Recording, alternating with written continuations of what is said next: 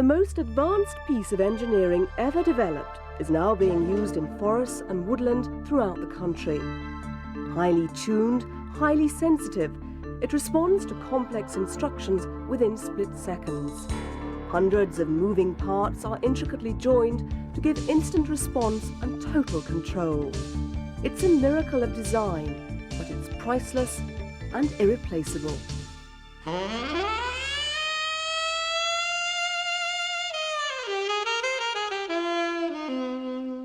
It's your back. You use it all the time, but you never give it a second thought. You use it more than you think.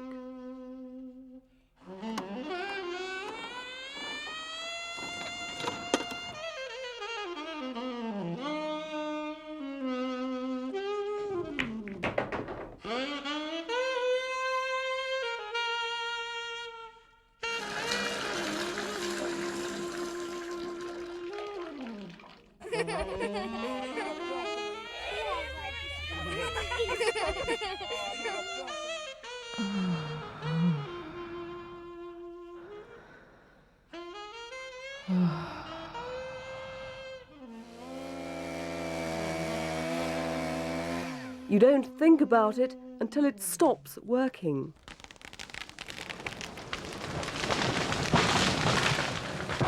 If you've ever worked with a chainsaw, you'll know that it's a dangerous tool that must be treated with great care and safety. But you know, you're more likely to be forced to give up work because of back strain rather than through cutting yourself with the saw. Strains and sprains are the most common injuries among chainsaw workers. You might think you're young and fit or mature and experienced, but really it makes little difference. You could be the next victim of back strain.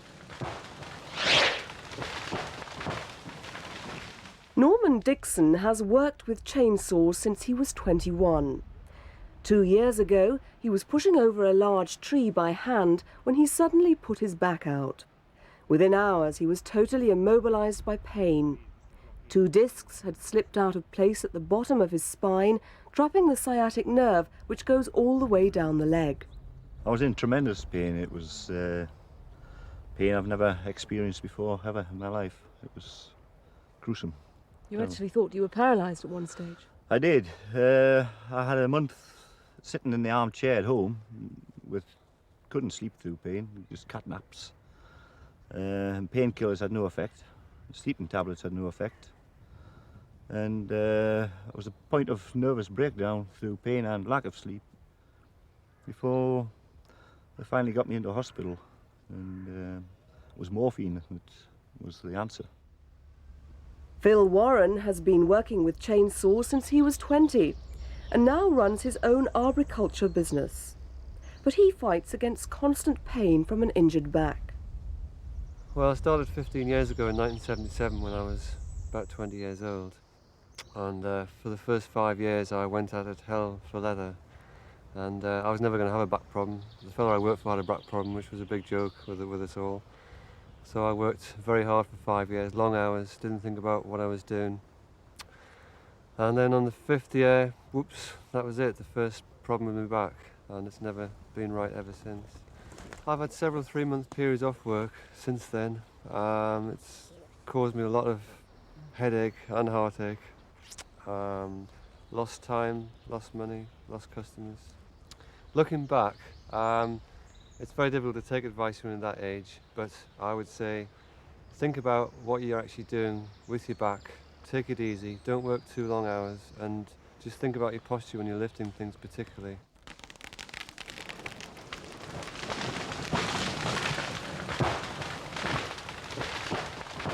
When you bend and lift your chainsaw or a heavy piece of timber, you use these large muscles of the back here, attaching to the hip bone, the ribs, the shoulder, and the spine itself. You can see them tauten as the back straightens. They act as a system of powerful guy ropes, which extend the back and also maintain its curvature during bending. Here are the same muscles in this model. Although they're very strong, lifting in the wrong position, particularly with the back bent or twisting, can result in muscle damage. Now, the muscles exert their force on the underlying bones, the vertebrae. These are tied together by ligaments.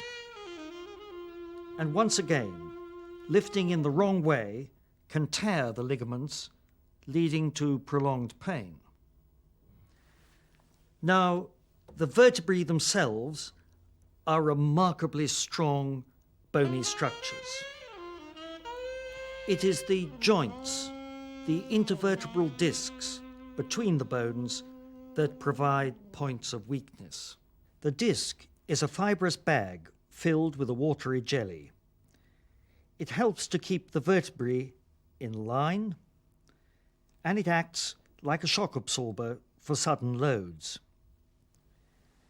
Now, it's thinnest here, and if it is weakened, it may bulge outwards, as you can see in this disc here, compressing these yellow spinal nerves.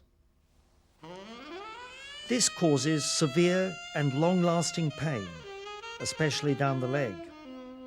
More seriously, it may prevent the person ever working again with chainsaws.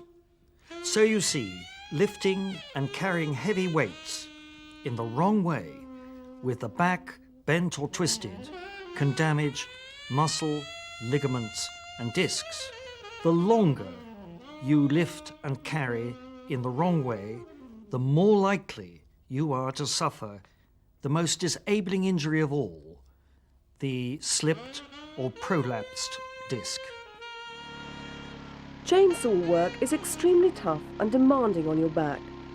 But if you follow a few simple rules, you can protect your back, work more efficiently, and increase your earning power. If you don't, then you could lose far more than your income.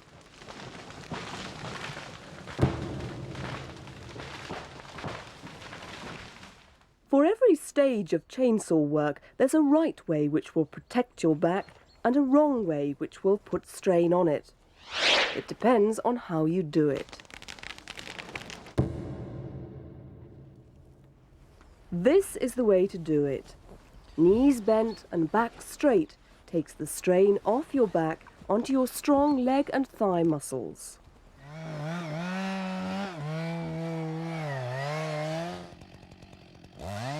See what happens when you make felling cuts like this. All the weight and strain is on the lower part of the back.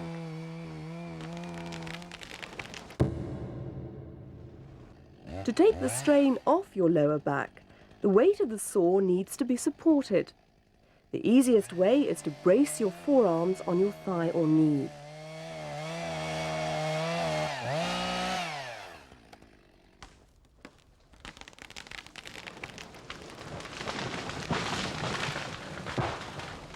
This is a common way of straining your back.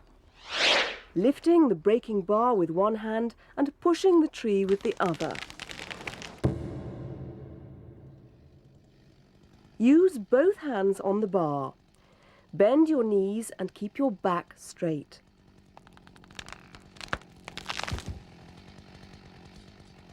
If you're clear felling softwoods, fell onto a bench or other support, which will keep the tree between knee and waist height.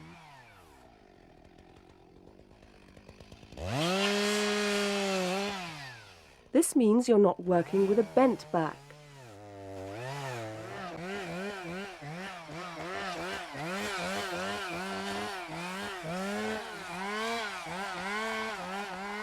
But if you fell the tree flat to the ground, you'll end up taking all the weight of the saw on your back.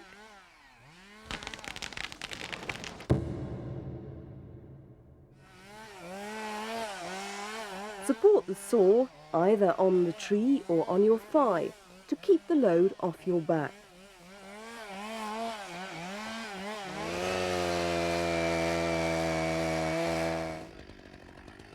Without the bench, the operator has to hold the chainsaw away from his body, putting all the strain on his lower back. And now he's gone on to pick up the cut timber using all the wrong techniques.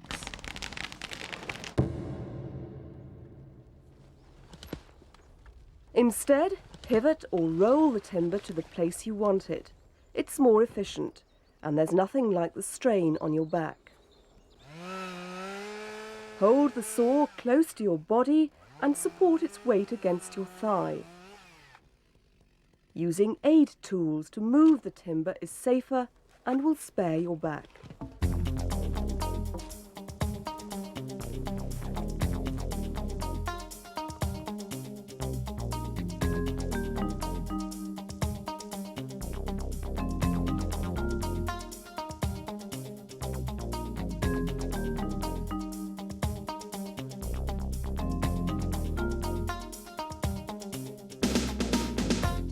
So far, we've shown work with softwoods, but many of you will be working with hardwoods.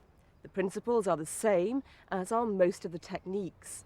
But there are some differences, particularly if it's a large tree. Wally Smith is living proof that you don't have to be the Incredible Hulk to fell large hardwoods without hurting your back. A big tree and a big chainsaw are no problem to him, because it's brain, not brawn, that helps him do the job efficiently.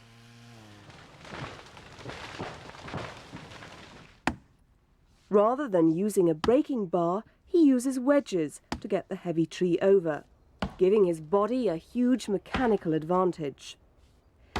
He makes the hammer blows slowly. The least effort is the best way.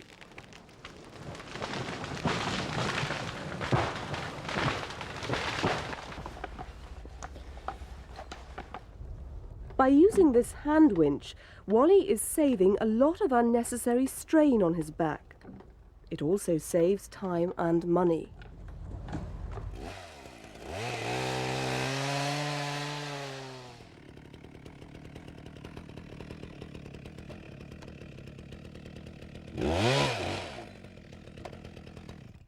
By cutting the timber into small pieces, he'll be able to pick them up without damaging his back. But when it comes to moving the big pieces, don't try and pick them up yourself. Compare the cost. A grapple like this could save you a few weeks in hospital and a lifetime of back pain. The most advanced piece of engineering you're ever likely to use when you fell a tree. With careful handling and thought, it'll last you all your living days. But remember, if you damage your back, you can never replace it.